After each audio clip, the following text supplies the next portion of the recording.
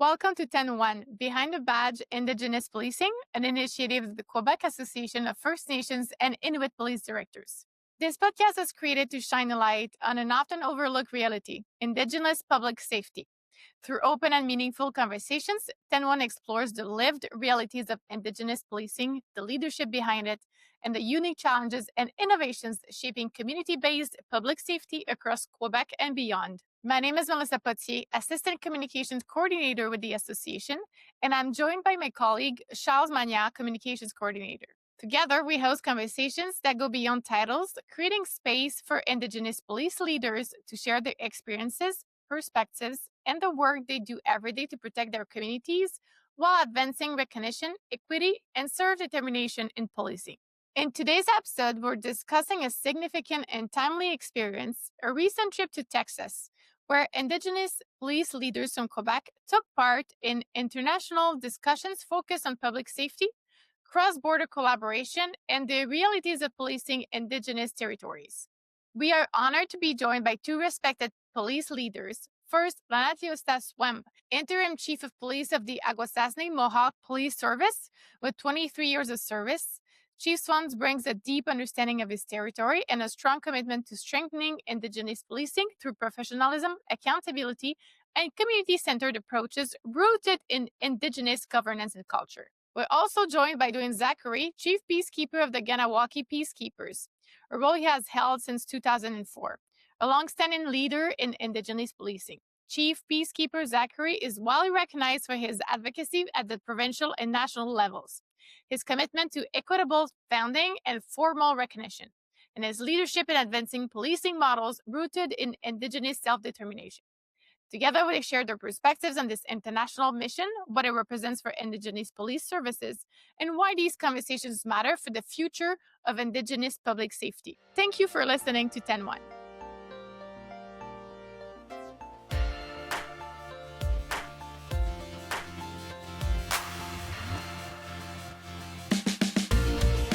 Well, thanks everyone for being here this morning. Basically, what I want to do is a follow-up conversation on the panel you attended in Texas back in late December with the Texas Public Policy Foundation. Basically, three things I want to go over: how you got connected to Texas, what you guys learned from it, and what you think we need to do next. Because there's a lot that happened and a lot is going on, and I think the average person needs to know what happened, because I see tremendous value in that trip you took to Texas. We'll expand on that.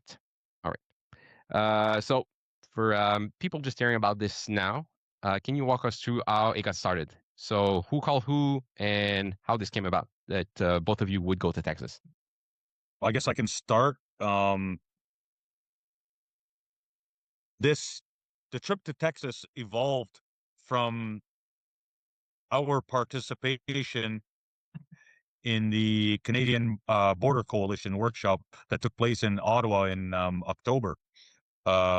Myself and Chief Swamp were invited to participate in the workshop, and our invitation was in relation to discussing the realities of Indigenous policing in Canada and the impacts of some of the border issues. So my part of the, I guess, presentation, if you will, was about the realities of Indigenous policing, and Chief Swamp spoke about his experience being in an Indigenous community, having their own police service that has lots of experience with border issues. And there was a gentleman there from Texas Policy Foundation who's an expert in border issues pertaining to southern border issues, right? The border of Texas and United States and Mexico, where Texas is. And he was talking about the impacts of cartels in his area. And our conversation was about organized crime and how it impacts our communities and other Indigenous communities or marginalized communities in this country, as well as some of the issues that plague Indigenous policing and how we are not recognized as an essential service, and the lack of investment by our funding partners, the lack of training opportunities, how our communities have specific needs and those needs are not met through the funding agreements that we have, and the whole plight of Indigenous policing across the country. And that plight resonated with the gentleman from the Texas Policy Foundation. From that, both Chief Swamp and I received an invitation to go to Texas and talk about our realities and about some of the strategies that they're employing in their area. And we thought that this would be an opportunity for Indigenous policing in Canada and policing in Texas to kind of build a partnership, information sharing, do some training together, that type of thing, because they seem to be interested in our reality and maybe partnering with us to remedy some of the areas where we have some issues, right? Maybe where our own partners here in Canada, funding partners, I mean, are not maybe stepping up as much as they could. Got it. I will also just further that point. Some people can see it as a symbolic gesture, just to invite you guys over there, like a one-off type thing. But in your view, why would you, as Indigenous police directors, especially from Akwesasne Mohawk, given where you are geographically located, why were you invited to attend that specifically? From my perspective, because Akwesasne is situated on the international border, and when we were talking about border and organized crime and transnational issues, we're at the heartbeat of that. We experience that on a daily basis. And when Amon Blair had spoke and we were part of the same discussion, we seen the parallels and the challenges that are being faced. When Chief Zacharie and I spoke at the panel discussion, we spoke about the realities of Indigenous policing and First Nation policing in Canada, as well as locally with Akwesasne being right on situated on the border, and expressing those realities and those challenges. He's seen the parallels where they're also facing the same realities at the southern border. So, my perspective is that I seen an opportunity to build some partnerships and explore the realities at the southern border. And when that open invitation was extended out to us, that was right based off just our first encounter conversation. That just showed me the willingness to work with us and to learn. And I was quite impressed, and I was taken back by that. So I was more than willing to expand my horizon and share my experiences and the experiences of Akwesasne, and go down to the southern border and to experience the Operation Lone Star, where all of the local law enforcement there are collaborating together. So my inspiration to go was to experience that, and take back as much as I can to bring back, and make some improvements in our realities here in Akwesasne. Is it possible to expand on some parallels? Because for the average person, I think it's foreign that you in Canada would go all the way down the States. Just geographically is different. We had snow at this point in time. They didn't. So what specifically are the parallels with the sheriffs down in Texas that you guys experienced in Canada? I think some of the parallels from my perspective is that there's a lot of jurisdiction challenges, a lot of cross-border, a lot of agencies, federal. Like locally here in Akwesasne, we have a lot of we have federal agencies, both southern and northern border, provincial, and as well as state police. And when you go down to the southern border, they their challenges are very similar. They have federal policing, U.S. Border Patrol, and HSI, as well as their sheriff's department and their municipal police services. Um, I didn't experience a whole lot of interaction or at all, really, on any agency collaboration that's on the southern border because of that's their uniqueness and their challenge that they have to deal with. Maybe their relationship is needs some improvement there, or there is no relationship there. But here, the difference here is locally for Akwesasne, in my experience here for Akwesasne Police Service, is that we do have a pretty good working partnership with both agencies on the southern and the northern portion. We have a lot of transnational operations where we call them Can-Am operations, where we collaborate and we work operations together. So yeah, those are some of the parallels that I've seen. And as far as operations are concerned, because I know both of you were operational, you did go on the field. So, for example, I know in Texas they have Rio Grande, and I know in Akwesasne you have the St. Lawrence River that spreads across your territory. So, anything you learn maybe specifically to that, or Yeah, what I learned is that we have the St. Lawrence River that comes through our territory and is part of our territory. It is an international shipping channel, so it's quite wide as well as deep.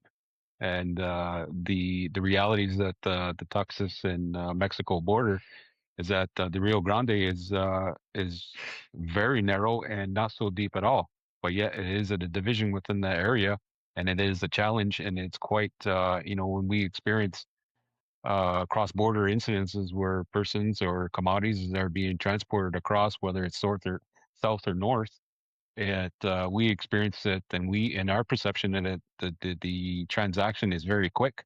Well, it's even quicker down in the southern border. all right, interesting. Okay.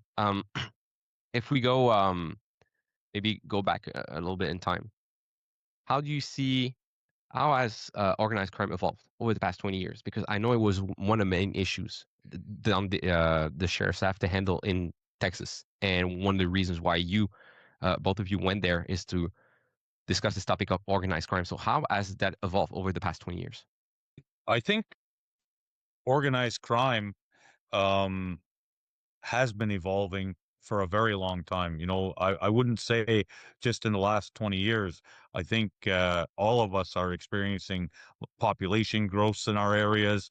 There's a lot of changes to society itself, and organized crime looks to find places where it can set up shop, where it can proliferate, where it has the ability to infect um like the social fabric.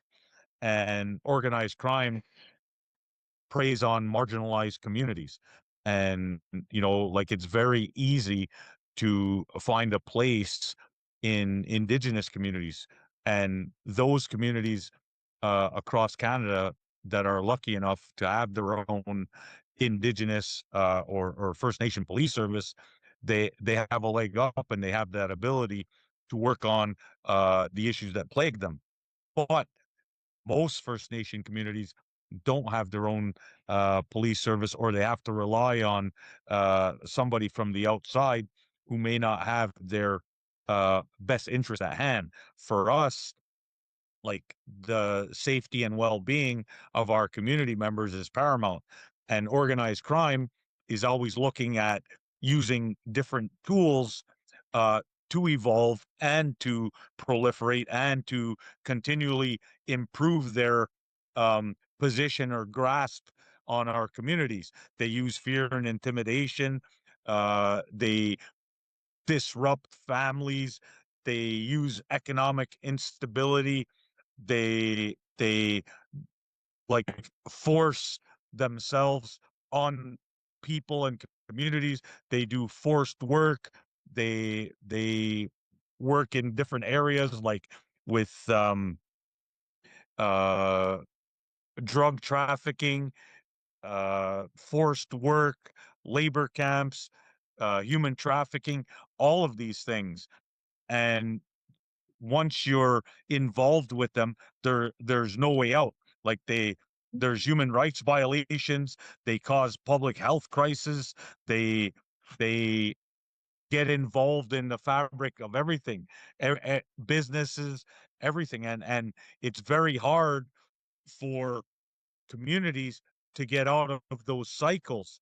And it's up to law enforcement and government and developing policy to combat organized crime. And I'll go back to something that Chief Swamp said that was very telling. Like in his community, in his day-to-day job and in his work, he sees those impacts, because he has the international border right in his community. And our invitation to Texas, the parallels that I saw was they were able to develop and build the Operation Lone Star Task Force, and they had to put the work in, just like we're putting the work in here to try and get our funding partners, whether it's the federal government or the province or even other policing services, for lack of a better term, mainstream policing, the big name police services, to recognize the job that we're doing and come on as partners, because we can't work in silos anymore. We have to work collaboratively. We have to develop those partnerships in order to eradicate the effects of organized crime. So when we went to Texas, we saw the work that they were doing. We saw how they were evolving, and I took from that there was kind of like hope on the horizon, because I see all the work that they're doing, and that's something that I think would work well here. We all have to be fair and equal partners. We have to find a way to work together to combat the issues that are affecting all of us, because it's easy to say, well, that's just happening over there. That's just happening in Kahnawà. It's just happening in Akwesasne. It's just happening in another Indigenous community. It doesn't affect Canadians or Quebecers or people from Ontario or Alberta. That's untrue. Organized crime affects everyone. And it's time now for all of us to start to work together to find a way, because as I've said numerous times, without Indigenous policing, without First Nation police services, there's no such thing as national security. And that's my point. Like, it affects all of us. It's not just affecting Indigenous communities. Like, organized crime is an infection, and that infection grows and grows and grows until the point where it kills its host, or it does away with it. And we have to start working towards finding that cure, right? Finding a way to work together to stave off the onslaught of organized crime in our communities, as well as the communities that surround us, right? Our neighbors. And our neighbors are not from Indigenous communities, but they have to understand the reality. It's all layers, right? And as the layers push out, it's like ripples when you throw a rock into the water. Those ripples are far reaching. You have some examples, because well, just to situate you guys on the map, because I don't, not everyone is familiar with either where Kahnawà is, Akwesasne. So Kahnawà, you're south of Montreal, next door neighbor to Châteauguay. Akwesasne, you sit on Quebec, Ontario, and 2 counties in the United States, and you're pretty much next door neighbor to Cornwall. So do you have any like concrete examples of how organized crime ripples into either Châteauguay, Montreal, Cornwall, Ottawa? Because it's not too far off, and people need to understand that. Exactly. So, with Akwesasne being situated right on the border, encompassing both jurisdictions in southern and northern borders, we not to put Akwesasne on the focus as a focus point, but because there are instances, and it happens daily, where there are transnational instances that are happening, criminal activity that happen outside of the border, and that's outside of Akwesasne. But I can speak to examples that we have experienced here in Akwesasne, where we have a whether it's people, or it's a illegal commodity, whether it's firearms or drugs being transported. We are essentially the conduit to that transaction. We are not the host. We are simply the transit and the mode of operation. The conduit of that commodity. And when it does go through Akwesasne, it's going to those major cities. And unfortunately, where Chief Zacharie is situated, it's going to Montreal, where he's adjacent to it. And our situation is going to Montreal. It's going to Ottawa. A lot of it's going to Toronto. We've had instances where we've tracked firearms that have, as a part of a project, we track firearms that have gone through our area and ended up in Ottawa and in Toronto. No, that's again, that's the reason why I think this conversation is really important, because uh, I think the average Canadian citizen would say, well, it's limited to the reservation, or they would say, well, it's a native problem, which isn't really, because I sometimes hear it from you know, that's what they do in the communities. But again, being a conduit, I think people need that needs to be their attention needs to be drawn to that.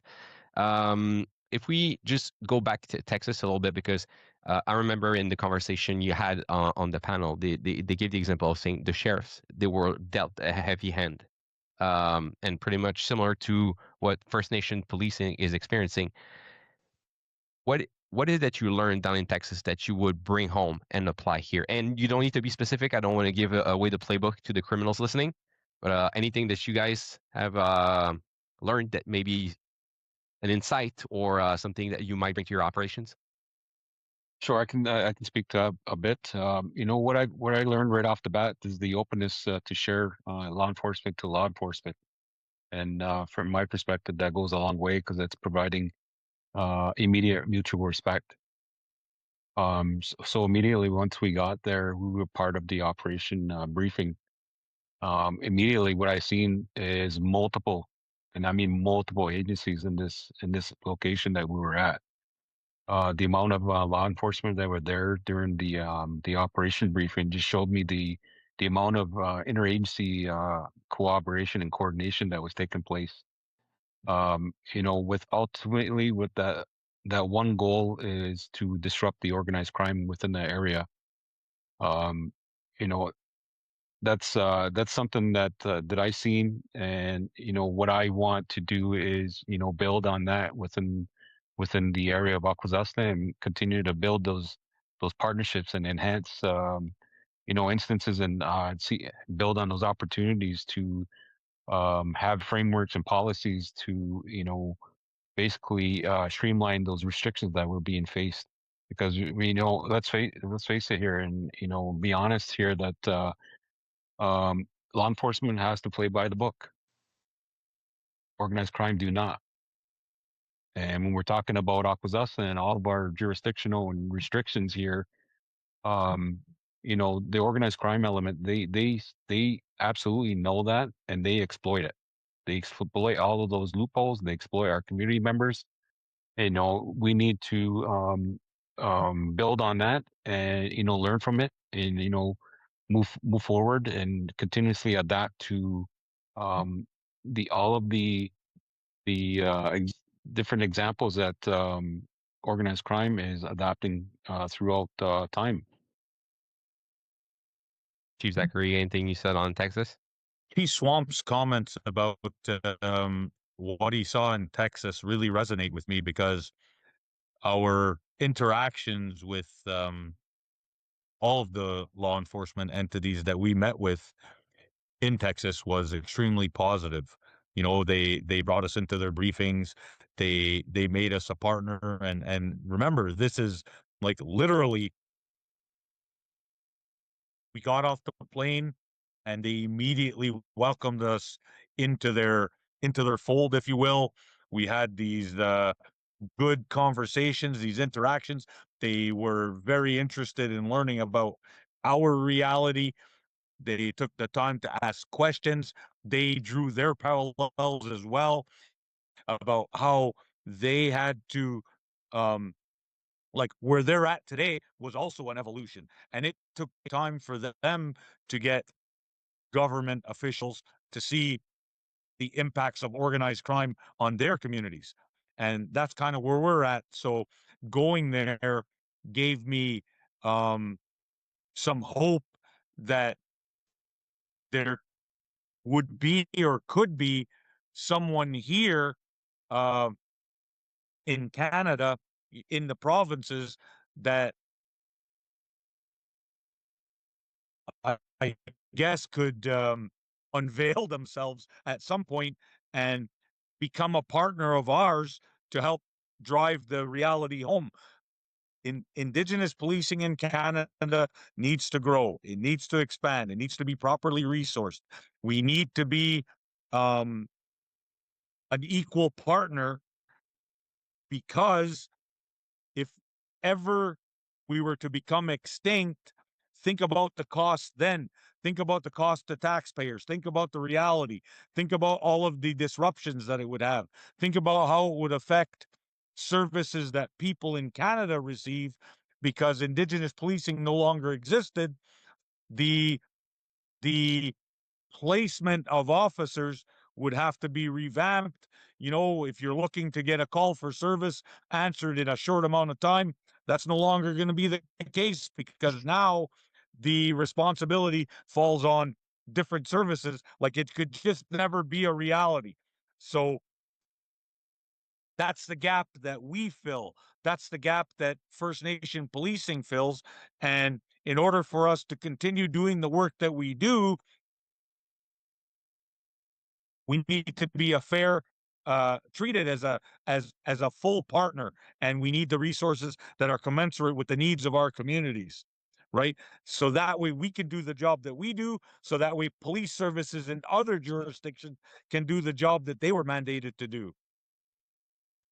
In terms of partnership, just what's your read in Canada with regards to RCMP, OPP, SQ? Are the relationships there, or the sharing of intel? Because it was one of the focal points in the discussion down in Texas, that they would mention the gap between the local law enforcement in Texas versus the federal was: one, no communication; two, no clear objectives. What's your read in Canada compared to that? Well, we've been talking about our reality for a very long time, as you know, and we travel around the country. We meet with communities. We meet with people who are interested in what we do. And the people who seem to be interested in what Indigenous policing brings to the table are other Indigenous communities, because they're all struggling. And the only time that politicians sit up and take notice is when there's a crisis. Whenever there's a crisis, everybody jumps on board. Everybody wants to help. But in those interims, when there isn't, um, it's like we're forgotten. And that needs to change, because safety and security is all of our responsibilities. And Indigenous policing is one of those um, organizations, I guess, for lack of a better term, who every single day, for pennies on the dollar, is making positive change. And sometimes it feels like um, our partners, you know, I'll use the term partners, because other services, some of the ones that you mentioned, RCMP, OPP, Sûreté de Quebec, they are our partners and we work very well with them. But our needs are not always at the top of their list. You know, like what happens is they'll connect with us when they have an issue that may involve our communities, if you will. But otherwise, there's not a lot of interactions. There's not a lot of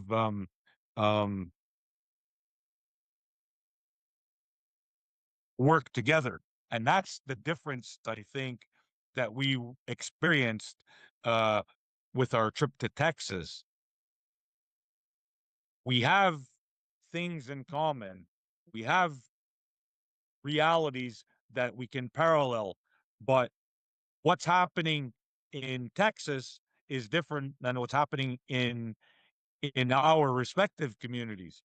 But they took the time to want to meet with us and learn about us, and they gave us an opportunity to learn about what they're doing in their area, and if there were things that we could take back, or if there were areas where maybe we could use their example and employ them here, then maybe that's what we'll do. But the feeling that we had, and the, I guess, the camaraderie that we experienced was something that we've never experienced here in Canada, or that I've never experienced, right? Over here, it feels like we are treated as a tool for someone else to use when they need us. Whereas when we went to Texas, it felt like we were treated as partners, as equals, as you know, someone that there was value in being our partner as well. Thank you for your perspective. I'd like to transition a little bit, Dwayne. You both talk often about early detection. In simple terms, what does that look like in your communities? What is the stuff that you see first that others might see later? Like we're talking about know the culture, know the language, know the people. Yeah. So, early on, things that we can see within the community is, you know, that, first off, First Nation policing is no better situated to provide services to their community than another larger agency, because for the most part, those service members are embedded into those communities. They're part of the communities, so they have an added and extra interest. I'm not saying that um, other services don't have their members who are invested in their communities, but I'm just saying that that our communities are unique, and you know we have that um, extra time and extra I guess investment into the community. So we're seeing things firsthand, and we're seeing the problems when it regards to um, when we have our young people who are being exploited and being sought by the criminal element. They're they're introducing fast money to them, and you put that in the face of a young teenager. They're going to be quick to grab that. And when those criminal different elements are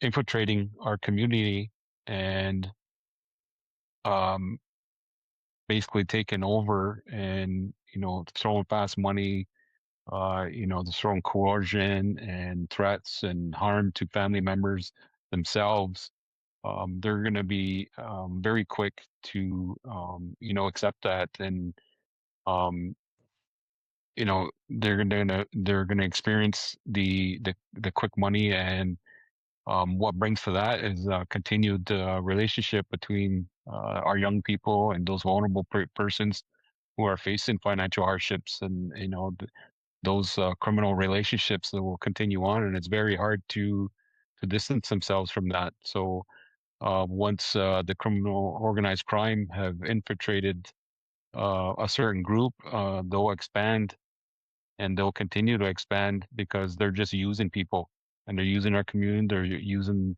the loopholes, all those gaps within the communities. Yes. And when you raise those early signals with partners, do you feel like they're taken seriously at this point? Locally, I think they're hearing us. I don't want to put words in their mouths, but I don't know if they're truly listening. And when they leave the table or conversation, but I would to be optimistic. I'm hopeful that they're listening to the words that are being spoken, as those are valued experiences coming from First Nation policing. And without getting into operational details, once again, can you guys share an example while listening to those early signals? It helped prevent something bigger down the line, either in your community or further away. Well, I think so. That's a tough question, only because organized crime is a huge threat to our communities for the reasons that Chief Swamp had detailed. Right, it exploits our youth, it exploits vulnerable persons, it gets involved in the fabric of society, it causes many disruptions, economically and politically, well, in a number of ways. And in Canada, there have been reports about the impacts of organized crime uh, to the country itself, whether it's illicit drugs, firearms, gang violence, any of those things. And Indigenous policing has to be a part of the solution. And in order for us to be a part of that solution, we need to be properly resourced. We need to be recognized as an essential service. We need to be a part of the conversation to get there. But oftentimes, or most times, we're left out of that conversation. We're an afterthought.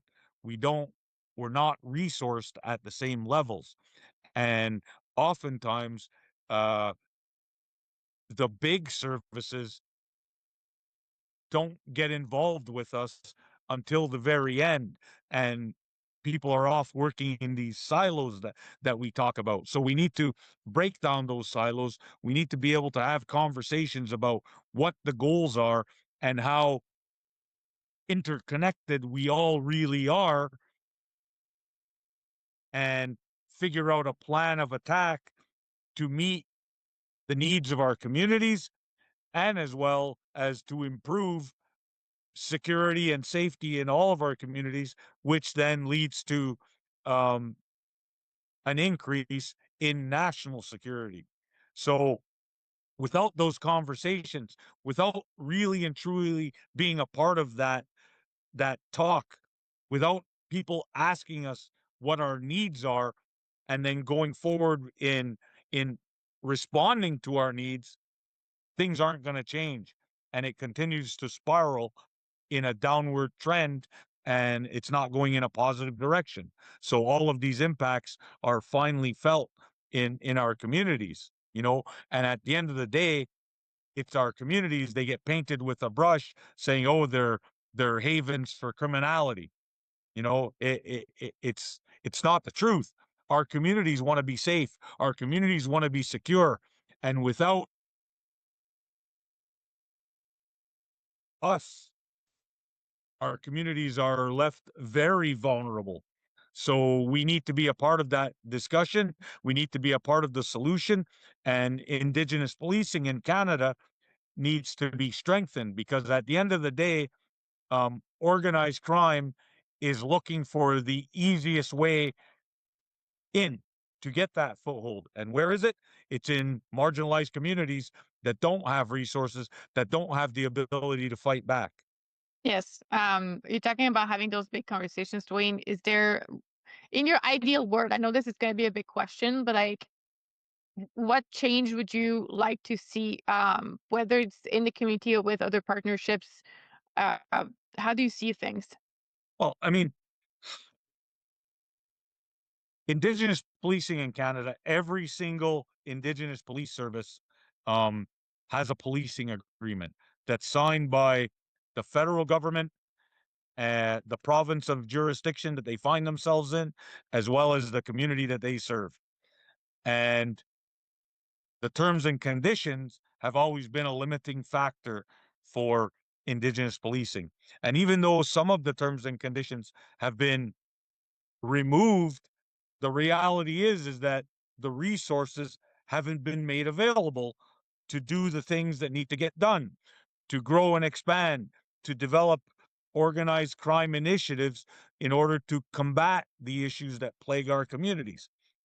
Right? So until that happens, until our funding partners are serious about making the changes, we're going to struggle with these fights every day. Great point. You brought up the recognition as an essential service, and that is something that I'll be with this. Will be with the association for 4 years, going into February, and it's this thing that I think it's our number one goal as an association is that all Indigenous police services in Canada are recognized as an essential service.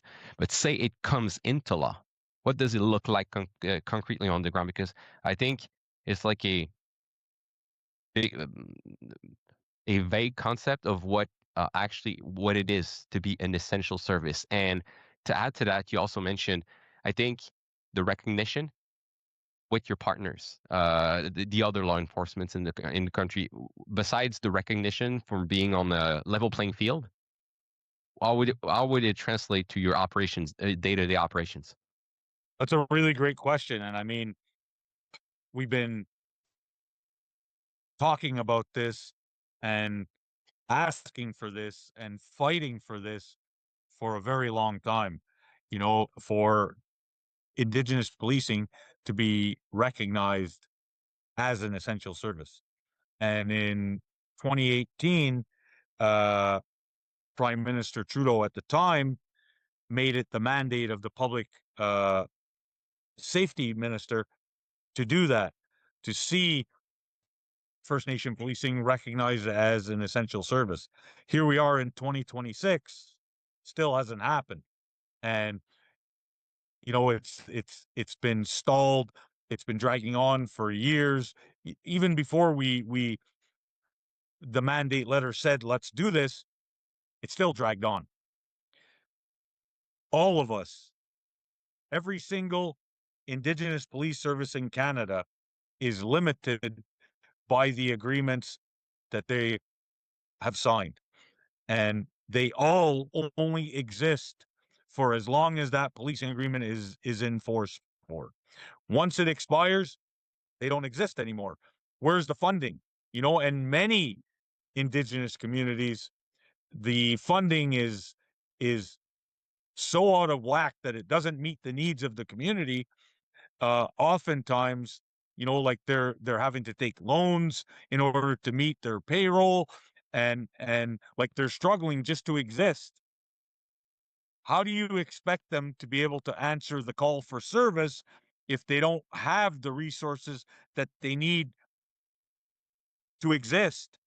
And for us, the recognition of being an essential service comes with all of the opportunities,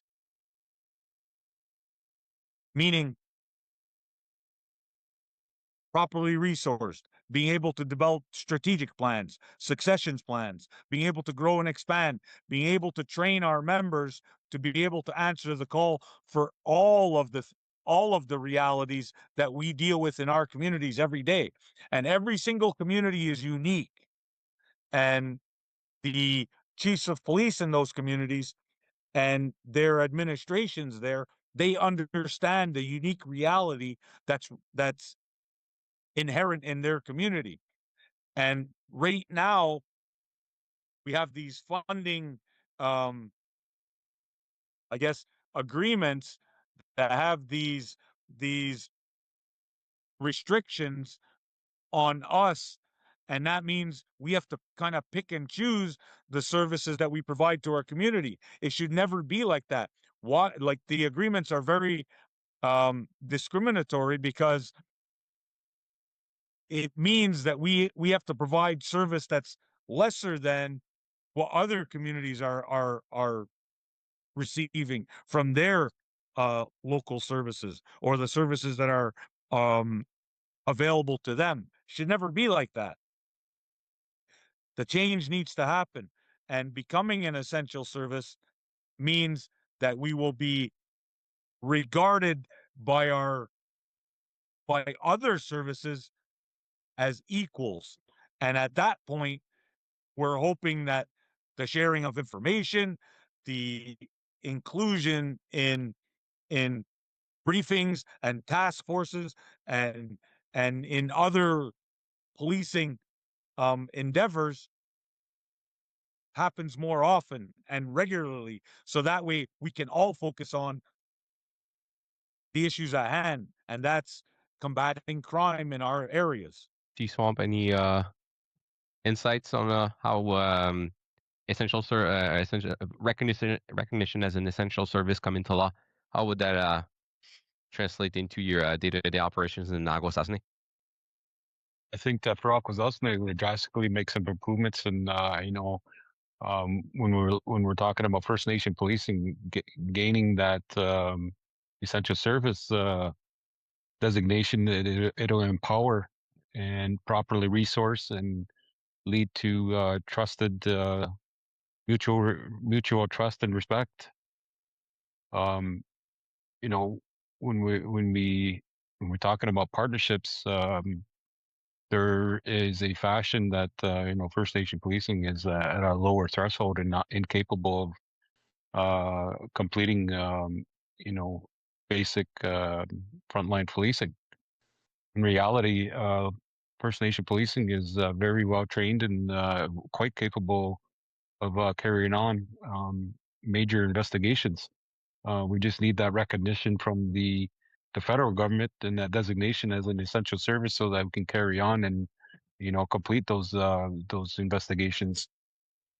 Okay, so I know, well, Chief Zacharie, you testified before the House of Commons on a possible revamp of, well, actually getting that recognition as an essential service. And I remember some of your counterparts, for example, Chief Blake, mentioned that he's testified like 20 years ago and 4 times since then. And then you mentioned that you got the mandate letter in 2018.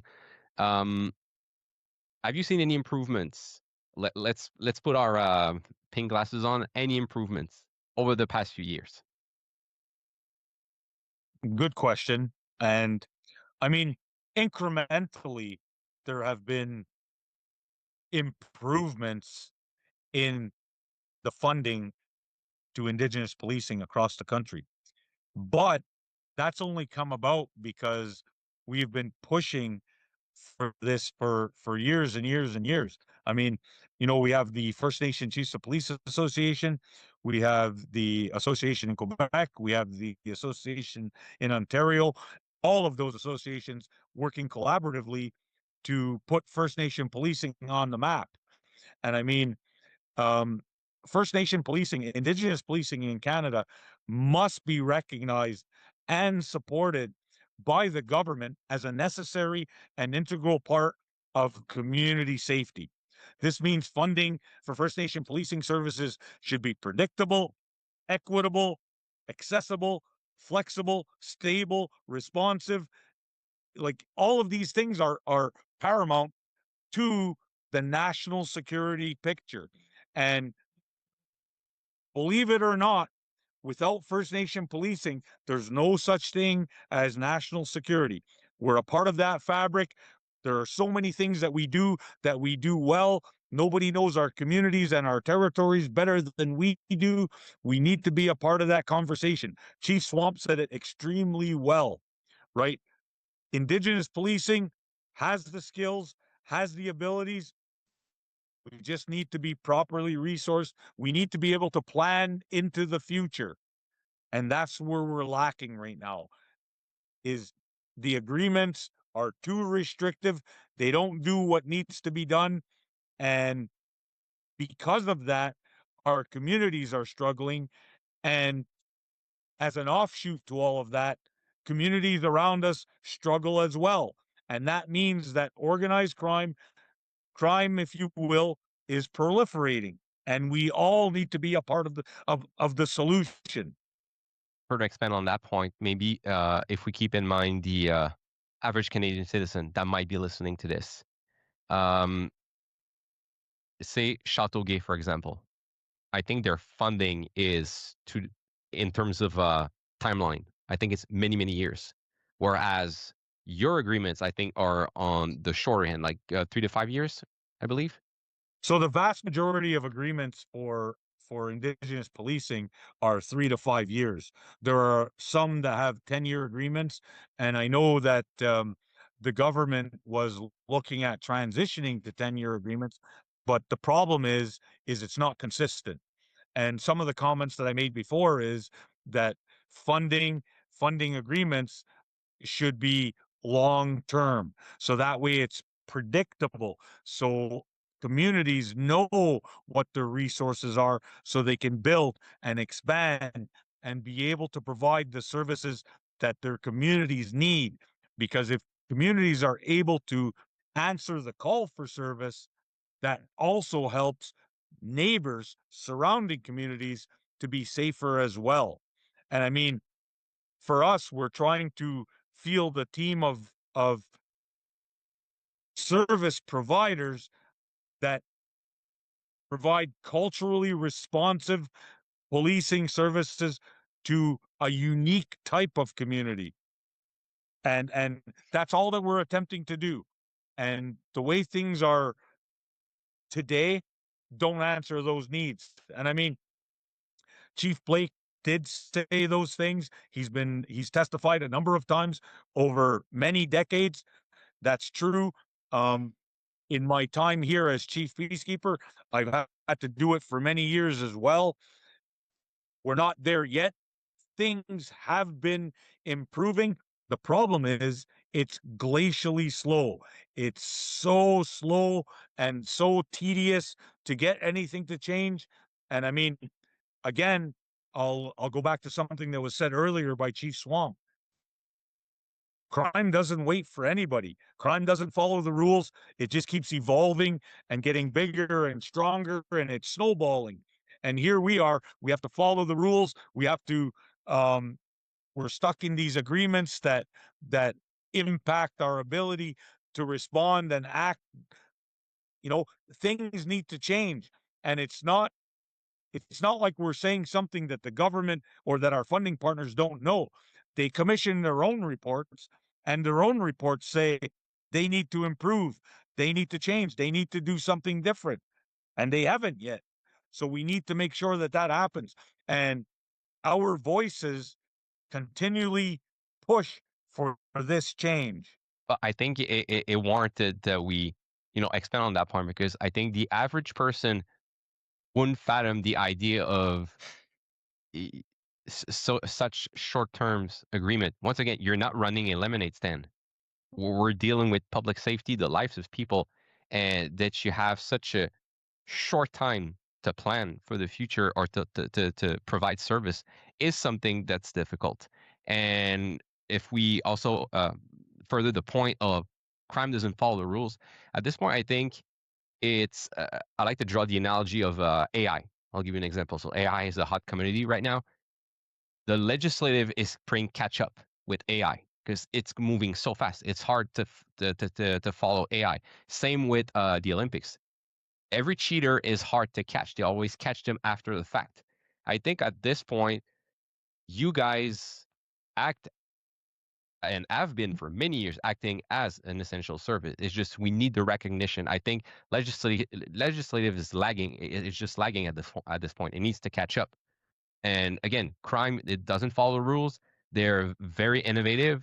So we need the proper tools and resources, not even to play catch up, maybe like be a step ahead of them. And if we go back to Texas once again, do you see an opportunity of maybe being able to be ahead of the curve when it comes to organized crime, whether it be Texas or some other law enforcement agency abroad that could help? I think that's you raised some good points there. From my perspective, our trip to Texas was about all of that. I wanted to go there and see what tactics they were employing and what things were working for them, and if there were things that maybe we could bring home and employ here. And like that was very, very telling to me. But again, I also saw the parallels, right, in how they were also struggling at a time, and how it was incumbent upon them to commit to work together and develop that task force and do those things. And then it took the government time to see kind of the fruits of their labor, if you know what I mean. And I mean, that's what we continue to do here. By and large, I mean, if you think about it, Indigenous policing in this country is very effective. It's professional, it's doing the job, it's responding to the needs of our communities, it's culturally responsive to the needs of the community. No one else can do the job that we do. It's impossible for someone else to step in and fill the void that would be created if we became extinct. And if we did become extinct, imagine the cost of policing in this country. Imagine what it would cost for the RCMP, the OPP, or the Sûreté de Quebec to step in and do the job that we do. It would be impossible. It would fail miserably. It's not to say that they're not good at what they do in their own communities, but they just could not do the job we do here. And it's time that our funding partners recognize the value of First Nation policing and do the things that I mentioned earlier. Properly resourcing us, making funding predictable, training available, infrastructure, so that we can provide services to our community, so that we don't have to pick and choose what services we provide to our community. Indigenous communities matter. That's why we do the job that we do, for the safety and security of our territories. Okay, if you look 5 or 10 years down the road, what kind of capacity do Indigenous police services need to really meet this challenge and not just to survive it? From my perspective, I think that it goes back to the different points that Chief Zacharie was mentioning about being properly resourced.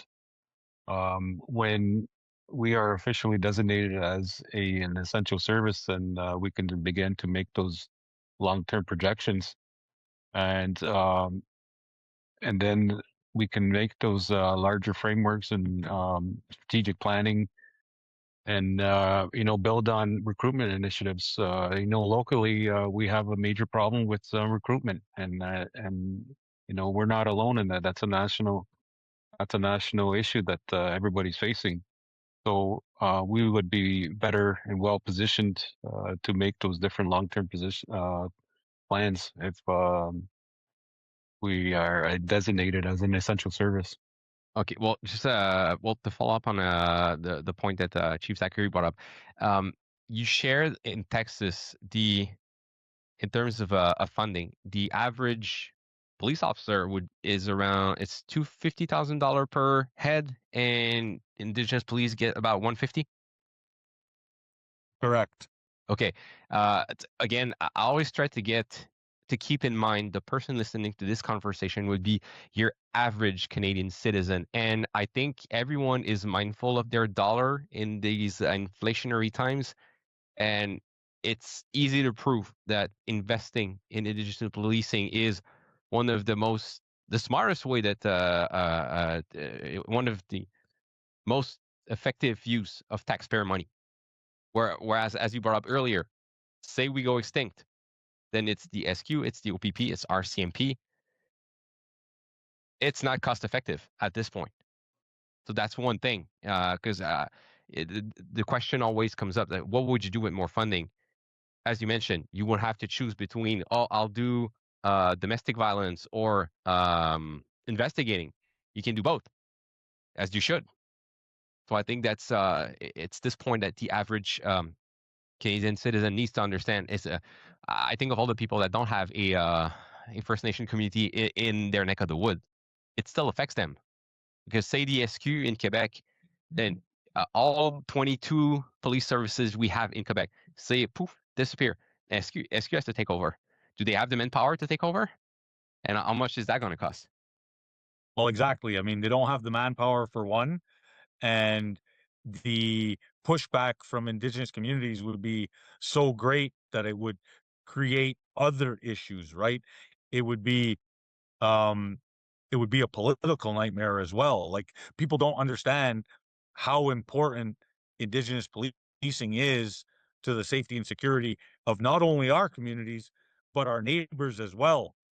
Regular Canadians rely on us being able to do our job for their own safety and security. Maybe they don't feel it, maybe they don't see it, but that's the truth, right? We're all a part of the solution. And us becoming extinct puts a strain on other existing police services to fill that gap. And as we know, like Chief Swamp said it very well earlier, every single police service in this country is experiencing a recruiting issue. Everyone is short-handed. Police services becoming extinct only exasperates that issue. And what happens? I mean, when people complain about policing services, what's their main complaint? Lack of follow-up, lack of somebody responding in time. Like, these are the issues. And if we end up with less police officers, what are we going to do? Right? Our communities rely on us to be able to respond to a call for service in very short delays. And we pride ourselves on being able to do that because we understand our community. But every day that the government withholds resources impacts our ability to provide safety and security. And in my case, and I don't want to make it about Kahnawà, but in my experience, in my day-to-day reality, being on the South Shore, just neighbors to Montreal, we have 130,000 commuters a day coming through our territory. That's people not from Kahnawà, but from surrounding communities, whether it's Chateauguay, St. Isidore, St. Remy, St. Constant, Candiac, St. Catherine, Valleyfield, Beauharnois, you name it. They're coming through our territory to access the island of Montreal. And we also have to provide them with services as well. Right? So our existence is paramount to everyone's safety and security. Agreed. Absolutely. I think before we wrap up, I like to be optimistic, I suppose, and maybe end this on a positive note. So I'd like to ask you both, as police directors, when you think about your police officers, day in and day out, what makes you proud of them? What makes you proud to lead police services, Indigenous police services in Canada? For Akwesasne, I don't think maybe that's a downfall from upper leadership, and that we need to filter that down. But I don't think at the front line they fully understand and grasp um, the realities of not being designated as an essential service. But to get back to your first point about what makes me very proud of our members here is that the amount of effort and commitment that they're putting into daily work while they're being under resourced is makes me very proud. You know, on a daily event, they're being scrutinized, they're being challenged. We have so many obstacles and restrictions that they have to deal with on a daily basis here. Um, we're getting heavily scrutinized by the community. Our own community members are scrutinizing our members, and then we have to, counteract that with having to be professional. And they are being professional, and they continue to provide the service while being understaffed and under-resourced. Some services up north, they're not as fortunate as other services, and that makes me proud of the other services because they're dealing with their realities on even more lacking resource on being lack of resources at their situations. So I think that from my perspective, First Nation policing is a leading agency and should be respected from larger services, because if you look at the use of force application nationally, the numbers are drastically lower than um, national standards. When we're talking about stats, we always go the extra and added effort to de-escalate all situations, and that's because we're embedded into the community. And when we're embedded in a community, I mean, you could have an instance where you arrest a person, and at the end of the shift, that person gets released, and you're going home at the same time, and you may see them at the corner store, and that's a reality. And I think that goes an awful long way in de-escalating situations, and anytime there's a potential use of force application. Chief Zacharie, what makes you most proud of your team? A great question. I'm most proud of my team for their dedication to the community, for them wanting to get involved and see a positive change. So all of us are invested in our communities. We're invested in the safety and security of the community, and they come to work every single day. It's not an easy job, and to live and work in the community that you also police, you got to give people a lot of credit for doing that.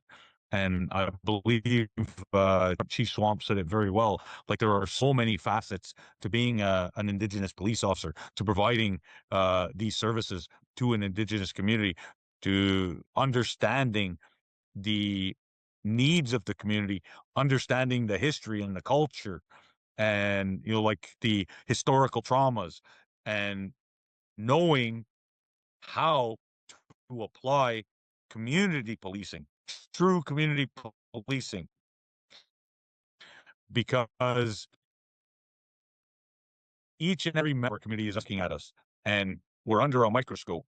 And to me, that pressure that's exerted on every one of my members is a testament to their ability to cope with that, is a testament to their investment in the safety and well-being of our community. So I'm most proud of them for doing that.